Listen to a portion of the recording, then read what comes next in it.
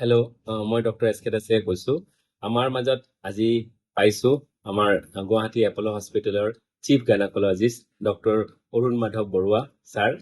তেখেতক মই গৰ্ভাৱস্থাত এই যে ভেকচিন লওঁ, প্ৰতিষেধক বেজী লওঁ, সেই সম্পৰ্কে দুআষাৰমান কথা পাতিব গৈছোঁ।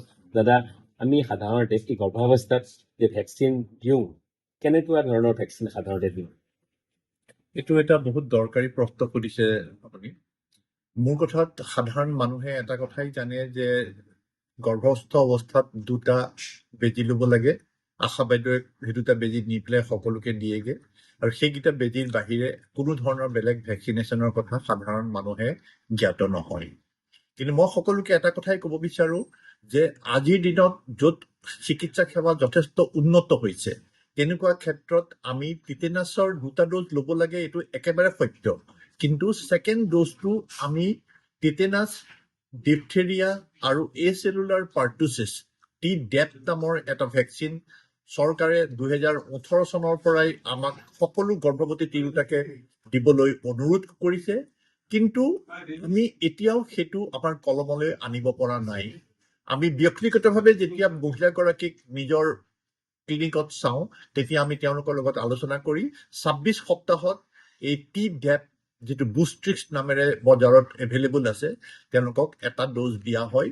যদি তেওঁলোকে অলৰেডি দুটা ড'জ টিটেনাছৰ আগতে লৈছে, আশা বাইদেৱে যদি তেওঁলোকক অলৰেডি দুটা ড'জ নি পেলাই দিছে, তথাপিও 26 সপ্তাহত টিটেনাছ, ডিপথেৰিয়া আৰু এচেলুলাৰ পাৰ্টুচিছৰ ভেকচিনটো টি-ডেপ নামেৰে যিটো জনাজাত, সেইটো প্ৰত্যেকগৰাকী গৰ্ভস্থ অৱস্থাত থকা মহিলাক মই লোৱাটো বাঞ্ছনীয় বুলি ক'ব বিচাৰো। কাৰণ ই গৰ্ভস্থ সন্তানটোকো যথেষ্টখিনি প্ৰটেকশ্যন দি থয় জন্মৰ পিছত। এই ভেকচিনটো লোৱাৰ পাছত আমাৰ মহিলাগৰাকী আৰু শিশুটোৰ কি ভাল হ'ব পাৰে?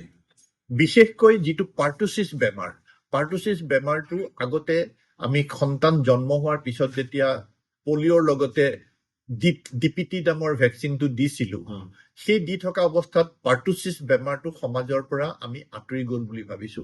কিন্তু আজি আমি অলপ কেইবছৰমানৰ পৰা দেখিছো যে ভাৰতবৰ্ষত জেগাই জেগাই পাৰ্টুচিছ বেমাৰটো আকৌ উজান দিছে। গতিকে সেইখিনি সম্পূৰ্ণৰূপে নিৰাময় কৰিবৰ কাৰণে, যেনেকে আমি পলিঅ'টো নিৰাময় কৰিলো, তেনেকে আমি যদি গৰ্ভস্থ অৱস্থাতে মাকক টি-ডেপ ভেকচিনটো দি থওঁ, তাৰ যথেষ্টখিনি প্ৰতিষেধক গুণাগুণ সন্তানটোৱে জন্মৰ পিছত পাব, আৰু ছমাহলৈকে যেতিয়া সেই বেবীটোৱে ভেকচিন ল'বলৈ যাব, তেতিয়ালৈকে তেওঁলোকৰ পাৰ্টুচিছ বেমাৰটোৰ পৰা তেওঁ মুক্ত হৈ থাকিব পাৰিব। এটা কথা আপুনি ভাল কথা কৈছে যে আজিৰ পৰা 7 বছৰ আগতে গভৰ্ণমেণ্ট অফ ইণ্ডিয়াই ফেমিলি এণ্ড হেল্থ ৱেলফেয়াৰ ডিপাৰ্টমেণ্টে 7 বছৰ আগতে এই ভেকচিনটো দিয়াৰ কথা কৈছে। তথাপিও দুখ লগাভাৱে আমি প্ৰেক্টিছ কৰা নাই।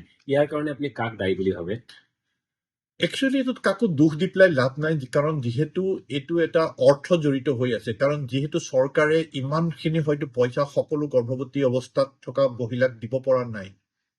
আমি জানো যে ভাৰতবৰ্ষত প্ৰায় 29 মিলিয়ন ডেলিভাৰী প্ৰত্যেক বছৰে হয়।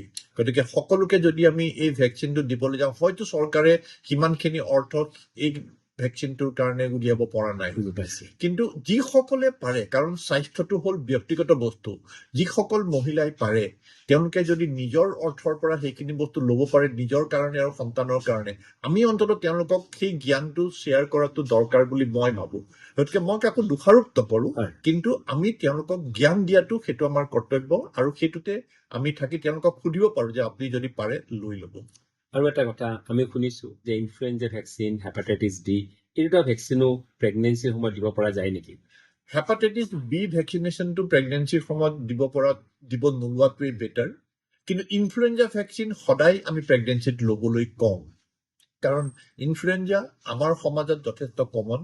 আৰু আমি যদি মাকক ইনফ্লুৱেঞ্জা ভেকচিনটো দিওঁ, যিটো দিবৰ কাৰণে চৰকাৰৰ নীতি নিয়ম অনুসৰি যিকোনো সময়তে আমি দিব পাৰোঁ, কিন্তু আমি দেখিছো যে যদি প্ৰেগনেঞ্চিৰ প্ৰথম 3 মাহৰ পিছত আমি ভেকচিনটো দিওঁ, তেতিয়াহ'লে তাৰ যথেষ্টখিনি উপকৃত অৱস্থাত সন্তানটোলৈ ট্ৰেন্সফাৰ হয়, আৰু সেই সন্তানটো জন্মৰ পিছত অন্ততঃ ইনফ্লুৱেঞ্জাৰ, হিম'ফিলাছ ইনফ্লুৱেঞ্জি এইবিলাকৰ বেমাৰবিলাকৰ পৰা মুক্ত হৈ থকাত সহায় হ'ব।